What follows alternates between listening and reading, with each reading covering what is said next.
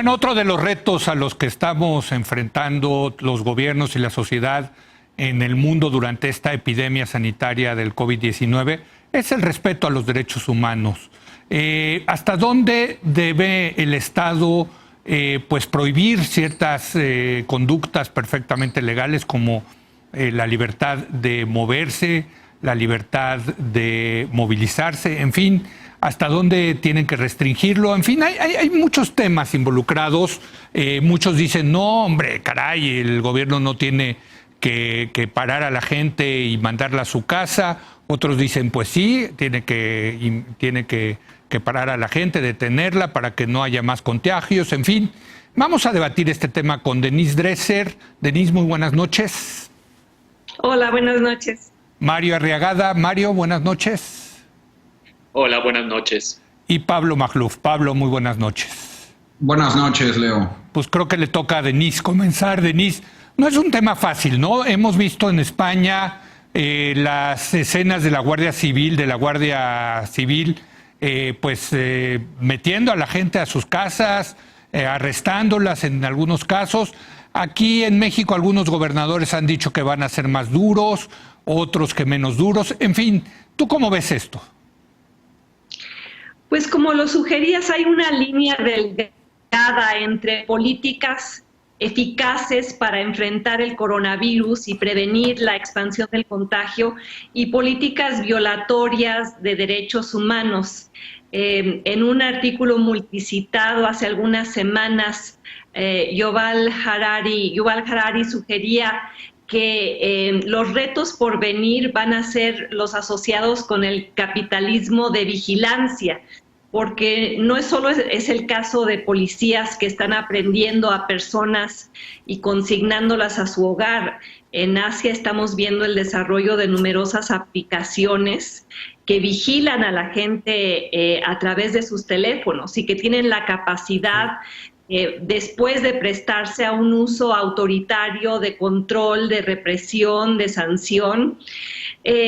Yo he sido una activista en favor de los derechos humanos y creo que es fundamental su protección, es una tarea crucial del Estado. De hecho, lamento que en muchos de los temas actuales la CNDH esté desaparecida, pero al mismo tiempo siento que en esta pandemia existe, por la exigencia sanitaria, un campo de acción legítimo por parte del Estado para prevenir el contagio. Y el problema en países como el nuestro es que no tenemos una cultura cívica de confianza en las instituciones, y esa desconfianza se la ha ganado la autoridad a través de un sistema policial y un sistema de justicia absolutamente disfuncionales. Pero cuando escuchamos a las autoridades decir quédate en casa, estamos viendo que hay un alto porcentaje de la población que no está prestando atención a esa exigencia, ya sea por desconfianza en la autoridad, por desconfianza en los efectos sanitarios del virus, creer que no existe o que no será grave. Y en otros países se amenaza con la multa, con la cárcel, precisamente para que eso sirva como disuasivo. En México no está funcionando como disuasivo suficiente. Y el problema que yo veo es que de usarse medidas más controladoras, más invasivas, incluyendo la aprehensión por parte de la policía o enviar personas a la cárcel, se va a prestar a márgenes de abuso muy grandes, a márgenes de corrupción muy grandes por parte de la autoridad policial y por parte de quienes van a usar esto como pretexto para la corrupción. Entonces veo un dilema para el cual no hay una solución fácil, Leo. ¿No? El dilema de proteger la vida y el dilema de proteger los derechos al mismo tiempo frente a un Estado que históricamente ha sido abusivo. Y tan es así que vemos la presentación de una iniciativa por parte de Morena al artículo 29 constitucional para que se pueda decretar la suspensión de garantías y derechos, que me parece un paso peligroso porque se utilizaría la emergencia como pretexto precisamente para cercenar derechos y justificar posibles acciones abusivas por parte de la autoridad, por parte del Estado. No es un dilema fácil de resolver, estoy de acuerdo 100% con Denise, Pablo, pero hay que resolverlo. Sí, sí, el problema es que la pandemia da la posibilidad de que un gobernante despliegue pues, sus impulsos más autoritarios, si así lo deseara, ¿no? Bajo el pretexto de que se está cuidando la salud de la población. Yo creo que quien mejor lo resolvió fue Angela Merkel a inicios de la pandemia, y lo advertía con gran pesar, diciendo que limitaría las libertades, pero solo de congregación, digamos lo que se llamó las libertades de contacto, más nunca de tránsito, ¿no? Y solo de manera excepcional y temporal, siendo ella muy consciente de lo que eso significaba para el pueblo alemán, un pueblo al que la libertad le había costado mucho. Yo creo que Alemania lo resolvió muy bien. Otros gobiernos, como ya en el otro extremo, como Orbán en Hungría, pues ya francamente aprovecharon la ocasión para concretar un proyecto autocrático que ya traían, o Trump para dar rienda suelta a su xenofobia, prohibiendo la migración, ¿no? Ahora, el problema que veo con México son tres. Uno es que ya de entrada tiene un serio problema de derechos humanos, como bien lo decía Denise. Dos, súmale que ya no existe una Comisión Nacional de Derechos Humanos autónoma porque fue capturada. Si bien la CNDH se pronunció sobre agresiones contra personal médico, no veo cómo esta comisión podría ser un contrapeso a gobiernos en un eventual caso de que se violen garantías. Y finalmente, veo que en medio de tanta descoordinación entre la federación y los estados, pues empieza a armar una suerte de carrera libre donde los estados y municipios intentan compensar la laxitud federal con medidas más drásticas que aparentemente son benéficas y lo pueden ser si tienen un control estricto y tienen poderes que las limiten, pero que si no, pues se pueden traducir en la pérdida de libertades. Claro. Digo, de hecho, lo que hemos visto en el mundo, Mario, es que los gobernantes que han tenido mano dura acaban siendo bien populares en una coyuntura como esta, Mario. Exacto. Sí, así es. En este tipo de crisis donde se requieren medidas de movilización estatal amplia, es donde crece el riesgo de que esa movilización de recursos estatales termine afectando la vida de los individuos de forma inadecuada. Creo que el dilema de securitización que plantean tanto Pablo como Denise, como tú mismo, Leo, es muy cierto. Pero quisiera encuadrarlo en un sentido más amplio, este problema de los derechos humanos, que solo el de la seguridad pública versus la seguridad de no contagiarse de algunos. Yo creo que una mejor manera de hacerlo es como la hace las propias Naciones Unidas, y pensar en dos términos: los derechos humanos de las minorías y de los individuos, por supuesto, pero en términos de grupos minoritarios, y los derechos de las mayorías. Comienzo con el de las minorías, Leo. Hay y es conocido que en estas circunstancias se está viendo afectaciones a poblaciones muy particulares, muy vulnerables, a que el Estado, ya sea por ignorancia, por abuso o por seguir operando con las propias inercias institucionales no corregidas, en momentos de crisis puede empeorar. Y estoy hablando de poblaciones del tipo de, y voy muy rápido y entro después a dar unos ejemplos, de prisioneros, gente que vive en las prisiones que se pueden contagiar porque viven en condiciones de hacinamiento, trabajadores sexuales que en la calle pueden padecer, tienen que seguir trabajando, pero pueden padecer contagios más fácilmente. Migrantes en las estaciones de detención del INAMI están bajo riesgo, y también en los campos donde están en la frontera, que regresan de Estados Unidos. A personas con padecimientos de salud mental, es una población comparable la que vive en hospitales o lugares para personas con problemas de salud mental separados de sus familiares, que prisioneros en la cárcel. Es una población muy grande en México a la que se le pone muy poca atención, y hay un gran riesgo ahí. Obviamente también, en general, la población de ancianos que viven en casas sin familiares, la población LGTBI, hay lineamientos particulares de Naciones Unidas para tratar de impedir, sobre todo, que este problema del que hablan de la securitización les afecte de manera desproporcionada a la hora que estos gobernadores o presidentes autoritarios de todo el planeta tratan de imponer ciertas reglas, se van contra los más débiles. Y bueno, mexicanos que trabajan el campo en Estados Unidos, que ahorita están muy vulnerables, ha habido amplios reportajes de la prensa internacional, también, obviamente, no quiero dejar de lado los médicos y las enfermeras, que son una población minoritaria cuyos derechos están siendo violentados en este momento. Estamos viendo casos en muchos lados, ¿no? Entonces, creo que pensar en las minorías ayuda a pensar no solo en las debilidades estatales, sino en cómo este contexto los puede afectar. Creo que es muy importante, y en estos dos casos yo quiero celebrar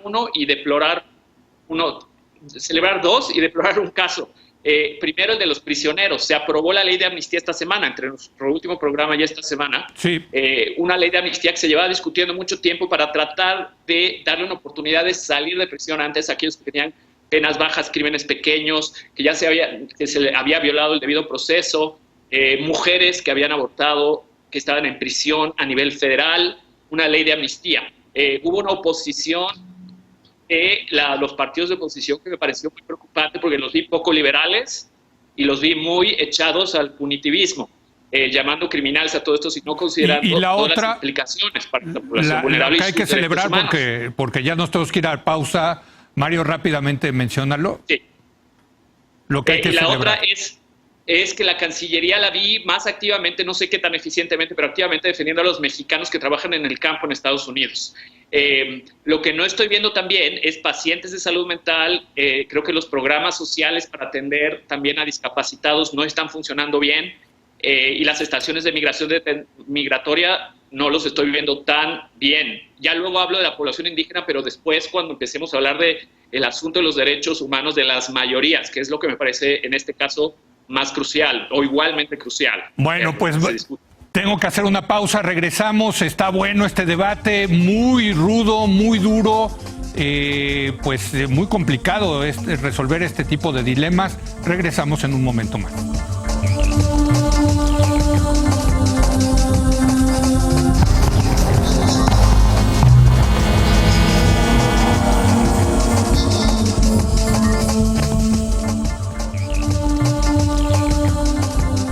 Bueno, de la primera ronda que tuvimos en nuestra mesa de debate salieron muchísimos temas relacionados con el asunto de los derechos humanos en esta pandemia. Denise, vamos a tener que seguir debatiendo esto porque, hombre, nos vamos a quedar cortos.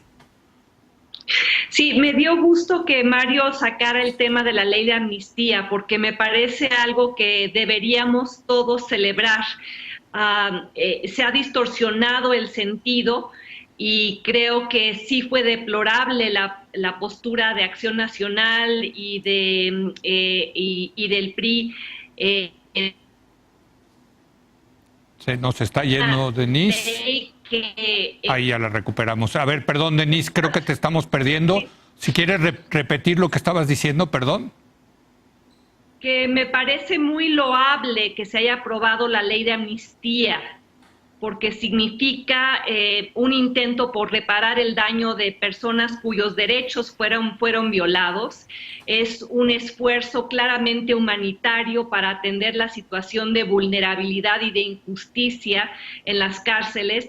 Se ha distorsionado en el debate público. Lamentable la postura conservadora, hipócrita de la oposición, que hace apenas un par de meses estaba reclamándole al gobierno de López Obrador la falta de respeto a los derechos, y en este debate vimos a una oposición que tampoco estaba dispuesta a defender derechos que hace 2 meses en la Marcha de las Mujeres, por ejemplo, estaba vociferando a favor, y en cambio aquí en la liberación de mujeres que habían abortado estaba asumiendo una posición conservadora y liberal y en contra de derechos fundamentales.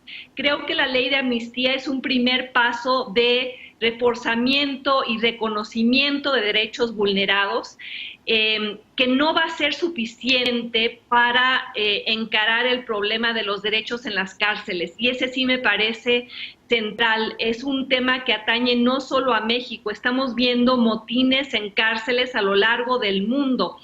y creo que en México la situación es peor precisamente por las condiciones de hacinamiento de 5 personas en cada celda, donde es imposible guardar la sana distancia, y no hemos visto a un gobierno federal o a gobiernos estatales que se pongan de acuerdo en torno a cómo encarar este dilema de proteger la salud de personas encarceladas, muchas de ellas que están todavía esperando juicio. Creo que 4 de cada 10 personas hoy en las cárceles mexicanas están en prisión preventiva, están esperando ser juzgadas, y actualmente por el coronavirus están en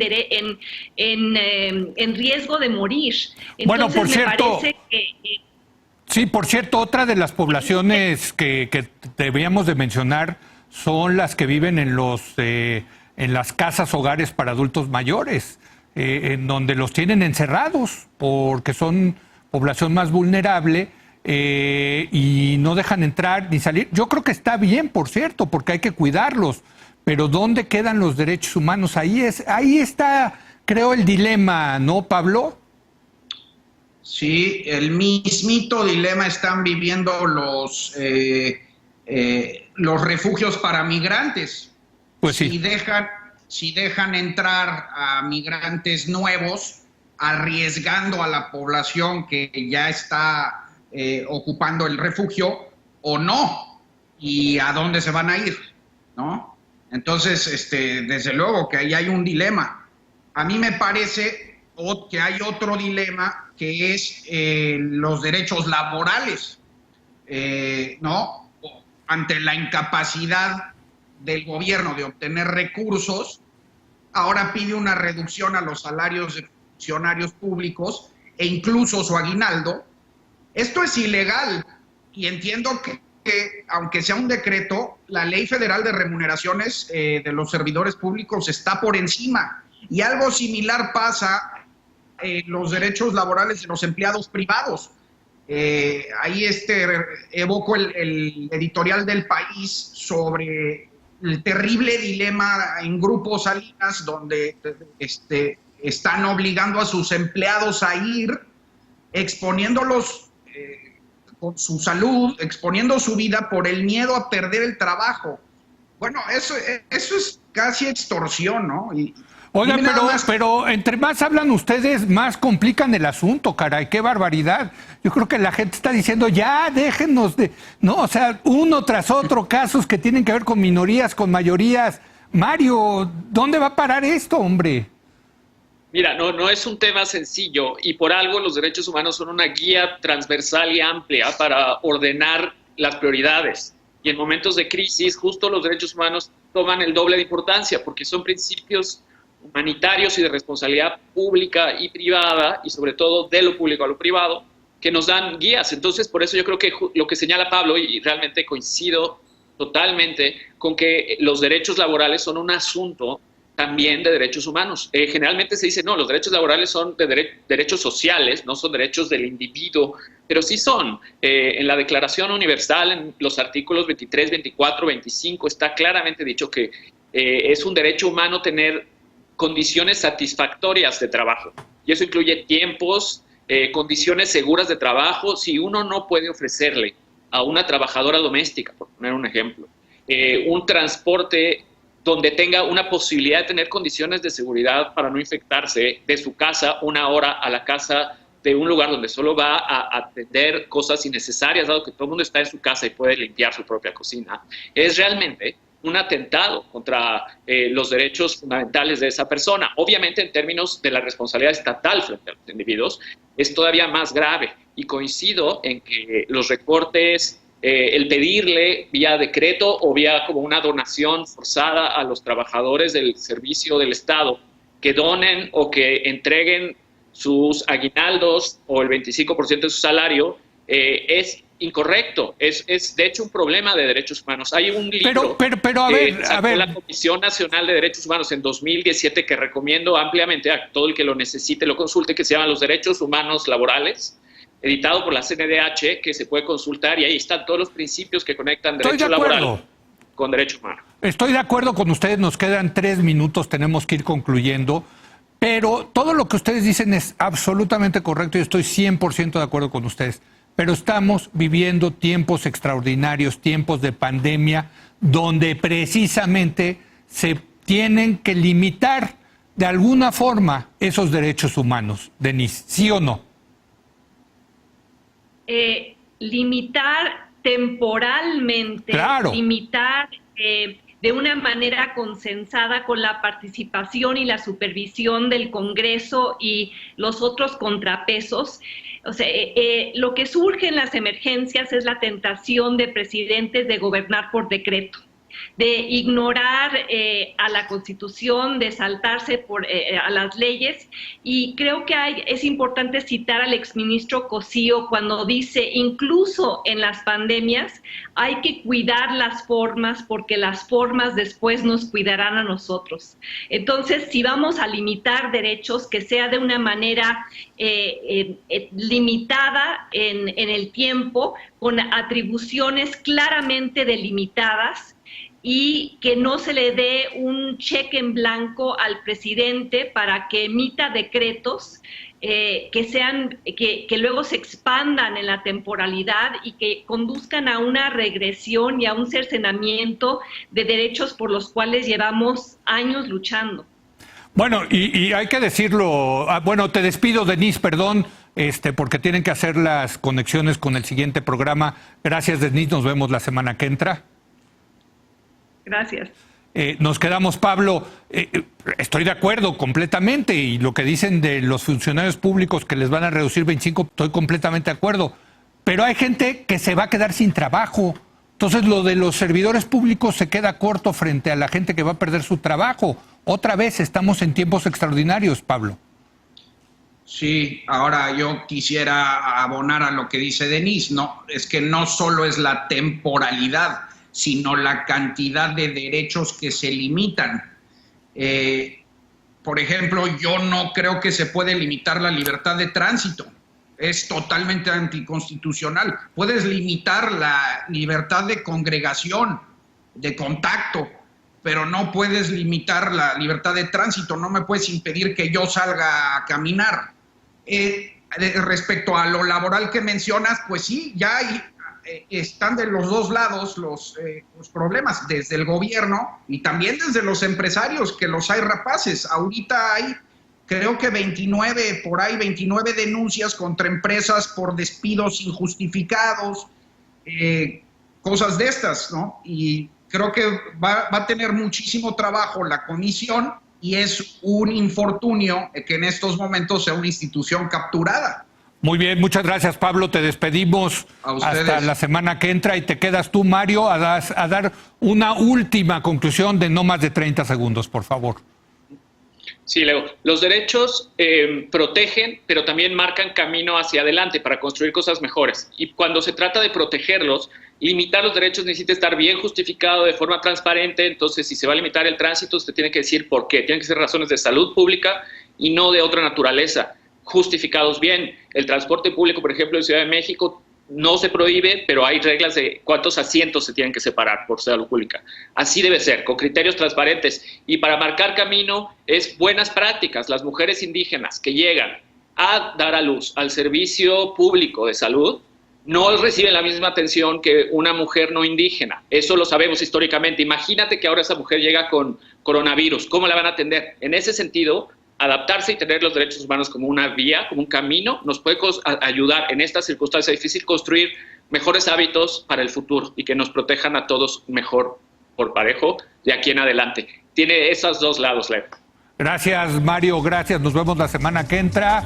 Muchas gracias a usted por habernos acompañado. Ya está aquí con nosotros Estefanía Veloz para Punto y Contrapunto. Yo lo veo mañana. No, de hecho en un ratito más ahí en Las Estrellas en Tercer Grado. Hasta luego.